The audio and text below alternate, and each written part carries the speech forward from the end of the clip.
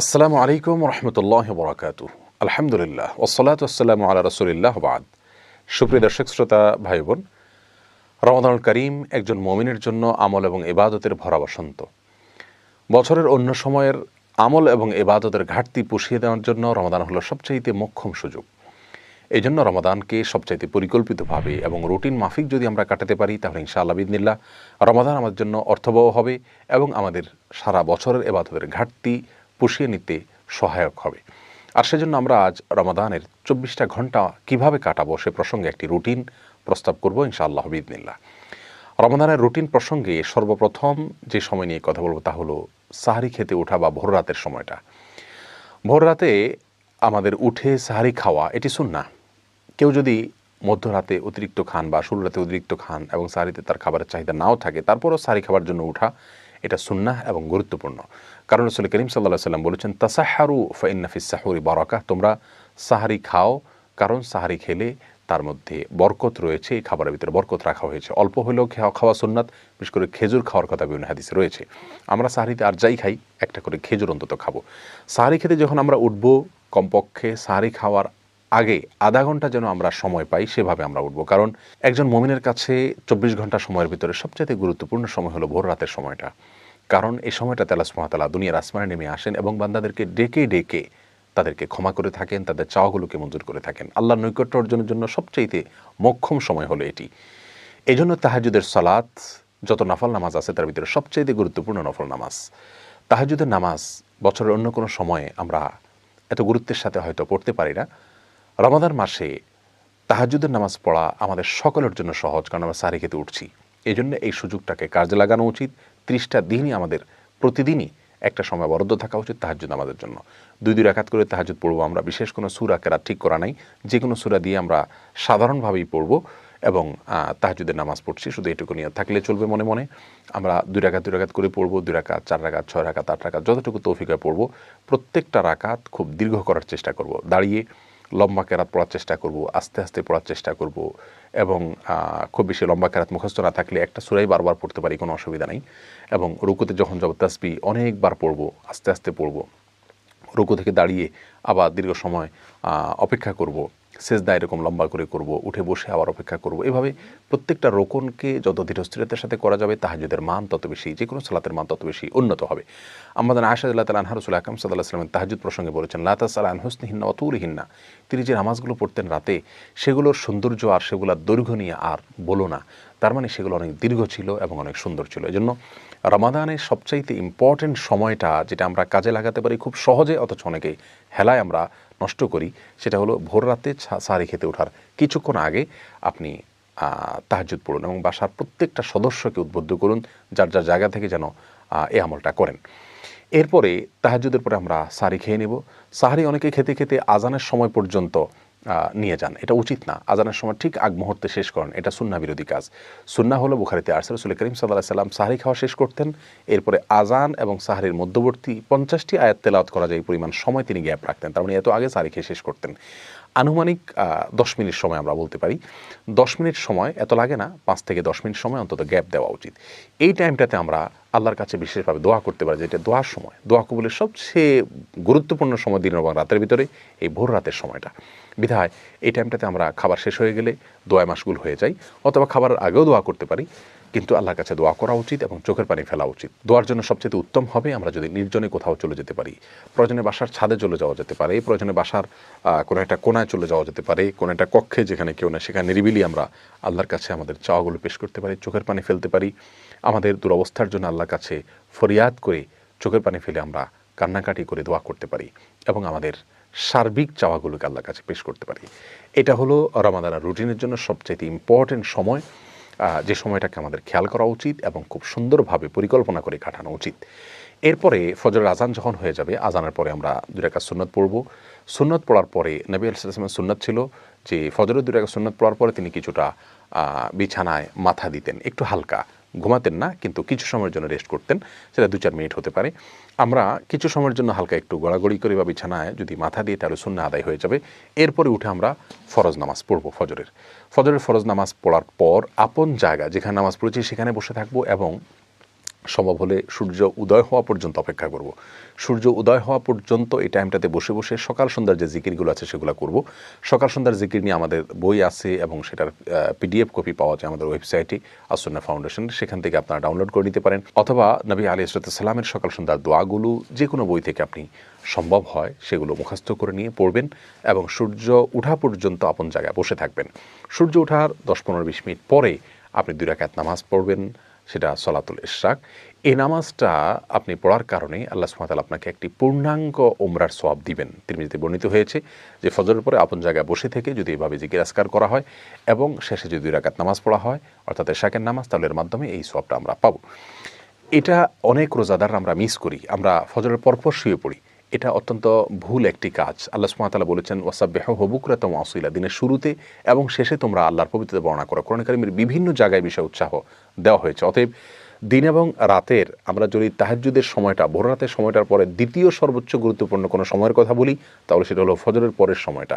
অথচ এই সময়টাতে আমরা রমজান মাসে বেশিরভাগ মানুষ শুয়ে যাই, এটা ভুল।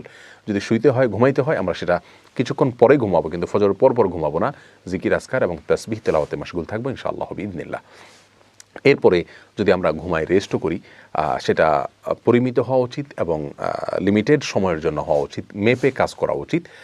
আমরা 2 ঘন্টা, 2.5 ঘন্টা বা 1.5 ঘন্টা যার যতটুকু প্রয়োজন আমরা ঘুমিয়ে উঠে তারপরে আমরা তেলাওয়াত করলে সেটা সবচাইতে ভালো। কারণ ঘুম থেকে ওঠার পরে মানুষের মন মানসিকতা থাকে অত্যন্ত ফ্রেশ। এই অবস্থাতে কোরআনে কারীম যদি আমরা তেলাওয়াত করি, অর্থ সহকারে বোঝার চেষ্টা করি, কোরআনে কারীম রমজান মাসে আমরা তেলাওয়াত করি পুরোটা একবার বা একাধিকবার আমরা পড়ে শেষ করব, খতম দেব ইনশাআল্লাহ, সেটা খুবই ভালো হবে এবং সে সুন্নাহ। কিন্তু এর পাশাপাশি আমরা যদি অর্থ বোঝার চেষ্টা করি সেটা হবে আরও ভালো, শোনার উপরে সোহাগা। প্রতিদিন আমি যদি অন্তত একটা পৃষ্ঠা অর্থ এবং ব্যাখ্যা সহকারে কোনো একজন আলেমের তত্ত্বাবধানে হলে আরও ভালো হয়। যদি আমরা কোরআনকে বোঝার চেষ্টা করি এবং সেটা ঘুম থেকে ওঠার পরে হতে পারে, তেলাওয়াত হতে পারে এবং অর্থ ব্যাখ্যা সহকারে একটা পৃষ্ঠা করে অধ্যয়ন করা হতে পারে। এরপরে আমরা কিছু সময়ের জন্য ইসলামিক বই পুস্তক পড়তে পারি। বিশেষ করে ডক্টর খন্দকার আব্দুল্লাহ জাহাঙ্গীর রহমাহুল্লাহর যে বইগুলো আছে, এগুলো ইসলামের বেসিক বিষয়গুলো সম্পর্কে ধারণা নিতে অনেক বেশি সহায়ক। এই বইগুলো আমাদের কাছে থেকে থাকলে সেগুলো আমরা পড়তে পারি। অনলাইনে PDF কপি পাওয়া যায় অনেকগুলো, সেগুলো নিয়ে আমরা কিছু সময় পড়ব। এরপর যখন জোহরের আজান হবে বা জোহরের ওয়াক্ত হবে, জোহরের এখানে 2 রাকাত নামাজ আছে, জাওয়ালের নামাজ বলা হয়, বুখারীতে আসছে, ইবনে হাদিসের কিতাবে আসছে। এই নামাজটি প্রায় বিলুপ্তির পথে, আমরা আলোচনায় এটার ভুলে গেছি। সেটা হলো সূর্য যখন আপনার পশ্চিম আকাশে ঢলে পড়ে, অর্থাৎ জোহরের ওয়াক্ত শুরু হয়, তখন থেকে নিয়ে আপনার জোহরের ফরজ নামাজের বা জোহরের নামাজের আগে আগে যে নামাজটা পড়া হয় নফল নামাজ, এই জোহর নামাজ পড়ার জন্য রাসূল আকরাম সাল্লাল্লাহু আলাইহি ওয়াসাল্লাম উৎসাহ দিয়েছেন। যদিও এই নামাজের সময়কাল নিয়ে আরও নানা রকমের কথা আছে, কিন্তু আমরা এটি একটি বক্তব্য, এটার উপর আমল করতে পারি এবং একবার হলেও আমল করতে পারি। রমজান মাসে সেটা করার জন্য সবচাইতে সেরা সুযোগ আমাদের হাতে থাকে সাধারণত। যাই হোক, এই 2 রাকাত নামাজ যদি আমরা পড়তে পারি, পড়লাম। এরপরে জোহরের ওয়াক্ত হলে সুন্নাত এবং ফরজ এবং পরবর্তীতে সুন্নাত এবং পরবর্তীতে অতিরিক্ত 2 রাকাত নফল, যেটা অন্য সময় পড়া হয় না, সেটাও গুরুত্বের সাথে পড়লাম। ধীরে ধীরে সাথে প্রত্যেকটা নামাজ আদায় করলাম এবং ফরজ নামাজের পরে 5 ওয়াক্ত সালাতের পরে রাসূল আকরাম সাল্লাল্লাহু আলাইহি ওয়াসাল্লাম যে দোয়াগুলো ছিল, সেই দোয়াগুলোকে খুব গুরুত্বের সাথে, আন্তরিকতার সাথে পড়ার চেষ্টা করব। মাসনুন দোয়াগুলোকে যেভাবে রাসূল করিম সাল্লাল্লাহু আলাইহি ওয়াসাল্লাম পড়েছেন, জিকিরগুলো করেছেন, দোয়াগুলো করেছেন, সেগুলো আমরা করব ইনশাআল্লাহ বিইذনিল্লাহ। এরপরে বাকি সময়টাতে আমরা যদি বাসা বাড়িতে অবস্থান করি, তাহলে সেক্ষেত্রে বাসা বাড়িতে যারা কাজ করছেন তাদের কাজে একটু হেল্প করব। কারণ রাসূল করিম সাল্লাল্লাহু আলাইহি ওয়াসাল্লাম বাসা বাড়িতে মা বোনদের কাজে, স্ত্রীর কাজে তিনি হেল্প করতেন। অতএব আমরাও বাসা বাড়িতে থেকে কাজে হেল্প করব, সেটাও ইবাদত হিসাবে গণ্য হবে ইনশাআল্লাহ বিইذনিল্লাহ। সন্তানরা, তাদেরকে নিয়ে বসতে পারি, একটা সময় তাদেরকে নিয়ে একটা হাদিস পাঠ করে আমরা শোনাতে পারি, পারস্পরিকভাবে পর্যালোচনা করতে পারি, তাদেরকে নসিহত করতে পারি, তাদের জীবন গড়ার জন্য তাদেরকে আমরা উপদেশ দিতে পারি এবং বিভিন্ন সাহাবীদের ঘটনাগুলো তাদেরকে পড়ে শোনাতে পারি। জোহরের পরের সময়টা আমরা সেভাবে কাটাতে পারি। এরপরে দুপুরে একটু কাইলুলা করা সুন্নাত, সম্ভব হলে কিছু সময়ের জন্য আমরা একটু রেস্ট করলাম। সেটা খুব সংক্ষিপ্ত হতে পারে, কিন্তু শুইলে একটা সুন্নাহ আমার আদায় হয়ে গেল। এরপর শোয়া থেকে উঠে আমরা আবারও তেলাওয়াত অথবা অন্যান্য বই পুস্তক পড়া, সেগুলোতে আমরা লেগে যেতে পারি। আসর নামাজের পরে মাগরিব পর্যন্ত এই সময়টা খুবই গুরুত্বপূর্ণ, কারণ দিনের শুরুতে এবং শেষে তাসবিহ পাঠ করতে বলা হয়েছে। সন্ধ্যার যে জিকিরগুলো কোরআন হাদিসে বর্ণিত হয়েছে, দোয়াগুলো বর্ণিত হয়েছে, সেগুলোকে আমরা আসর থেকে মাগরিব এই সময়টাতে আমরা করতে পারি। এমনকি এক জায়গায় বসে না থেকে আমাদের ইফতারের আয়োজন করতে করতেও আমরা এই দোয়াগুলো পড়ে ফেলতে পারি যদি মুখস্থ থাকে। আর মুখস্থ না থাকলে সকাল তো সন্ধ্যার যে দোয়ার বই আছে সেগুলো দেখে দেখে আমরা দোয়াগুলো পড়ে ফেলতে পারি। পুরো মাস আমরা দেখে দেখে পড়লে ইনশাআল্লাহ দোয়াগুলো আমাদের মুখস্থ হয়ে যাবে আজীবনের জন্য। এবং সবাইকে উৎসাহ দেব যাতে করে দোয়াগুলো সবাই পড়েন। আর সন্ধ্যায় অর্থাৎ দিনের শেষে আল্লাহ সুবহানাহু ওয়া তাআলার তাসবিহ বর্ণনা করা, এটা আল্লাহ সুবহানাহু ওয়া তাআলার কাছে খুবই পছন্দনীয়, বিধায় সেটা আমরা করবো ইনশাআল্লাহ বিইذنিল্লাহ। আর আসরের পরে মাসনুন দোয়া, যে নামাজের পরবর্তী দোয়া, সেটাও করতে আমরা অবশ্যই ভুলব না। মাগরিবের আজান হয়ে গেলে বা আপনার যখন ইফতারের সময় হবে, ইফতারের সময় হওয়ার সঙ্গে সঙ্গে বিলম্ব না করে ইফতার করব, কারণ ইফতার দ্রুত করা আর সাহরি শেষের দিকে করা এটা সুন্নাহ। এবং নবী আলাইহিস সালাম এটাকে এই জাতির কল্যাণের পূর্ব শর্ত হিসাবে আখ্যায়িত করেছে, বিধায় আমরা সূর্য অস্ত যাওয়ার পর বিলম্ব না করে খুব দ্রুত ইফতার করে ফেলবো ইনশাআল্লাহ বিইذনিল্লাহ। ইফতারিতে অস্বাস্থ্যকর কোনো কিছু খাবো না। খুব বেশি ভাজা পোড়া খাওয়ার অভ্যাস আমাদের দেশে মানুষের, অতিরিক্ত ভাজা পোড়া খাওয়ার ফলে রাতে দাঁড়িয়ে ইবাদত বন্দেগী করা কঠিন হয়ে যায়, তারাবি পড়া কঠিন হয়ে যায়, সুন্দরভাবে কাটানো যায় না। সেজন্য উচিত হবে স্বাস্থ্যসম্মত খাবারগুলো খাওয়া এবং যথাসম্ভব অস্বাস্থ্যকর খাবারগুলোকে পরিহার করা। এবং খেজুর দিয়ে ইফতার করা সুন্নাত, যদি সম্ভব হয় খেজুর দিয়ে ইফতার করব।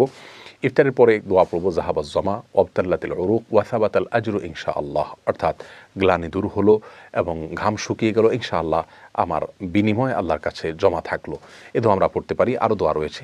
তো ইফতারের দোয়া পড়লাম, ইফতার করলাম, এরপরে আমরা মাগরিবের নামাজ আদায় করব ইনশাআল্লাহ। মাগরিবের নামাজের পরের সময়টা আমরা তারাবিতে যে পারা আজকে তেলাওয়াত করব বা যে অংশ তেলাওয়াত করব সেটার অর্থ ব্যাখ্যা যদি সম্ভব হয় একটু দেখে নিলে ভালো হয়। আর যদি খতম তারাবির সুযোগ না থাকে তাহলে সেক্ষেত্রে অন্তত এই টাইমটাতে, মাগরিব থেকে এশা, এই টাইমটাতে কোনো অবস্থাতে শোব না। কারণ আমাদের অনেকের অভ্যাস আছে রমজান মাসে ইফতারের পরে শরীরটা ক্লান্ত হয়, আমরা শুয়ে পড়ি। কারণ রাসূল করিম সাল্লাল্লাহু আলাইহি ওয়াসাল্লাম সম্পর্কে আমাদের আয়েশা বলেছেন, কানান নবী সাল্লাল্লাহু আলাইহি ওয়াসাল্লাম ইয়াকরাহুন নাওমা ক্বাবলা আয়েশা, এশার আগে ঘুমোতে তিনি অপছন্দ করতেন। এজন্য এশার আগে সময়টাতে আমরা ঘুমাবো না। যথাসম্ভব ইবাদত বন্দেগী, সাধারণ কোরআন তেলাওয়াত, তারপরে আপনার ইসলামিক বই পুস্তক পড়া বা ইসলামিক লেকচার শোনা, এগুলোর পেছনে আমরা সময় ব্যয় করব। কোনো অবস্থাতে আমরা এই সময়টাতে অন্তত ঘুমাতে যাব না বা অন্তত শুইতেও যাব না। যাই হোক, এরপরে এশার নামাজ আদায় করে, তারাবি নামাজ আদায় করে খুব ধীরস্থিরতার সাথে তারাবি শেষ করব, খুবই আস্তে আস্তে করার চেষ্টা করবো ইনশাআল্লাহ। রাতের খাবারটা এশার আগে খেয়ে ফেলতে বলে ভালো হয়। আর যদি এশার পরেও খাই তাহলে বিলম্ব না করে এশার পরে দ্রুত শুয়ে পড়ব। এশার পরে অন্য কোনো কাজ না করাই উত্তম। কারণ কানান নবী সাল্লাল্লাহু আলাইহি ওয়াসাল্লাম ইয়াকরাহুন নাওমা ক্বাবলা আয়েশা ওয়াল হাদিসা বাদা, এশার পরে তিনি কথাবার্তা বলা পছন্দ করতেন না। তবে হ্যাঁ, স্বামী স্ত্রীর কথাকে প্রশংসনীয় বলেছেন, তিনি নিজেও স্ত্রীর সাথে কথা বলতেন, সেটা ভিন্ন কথা।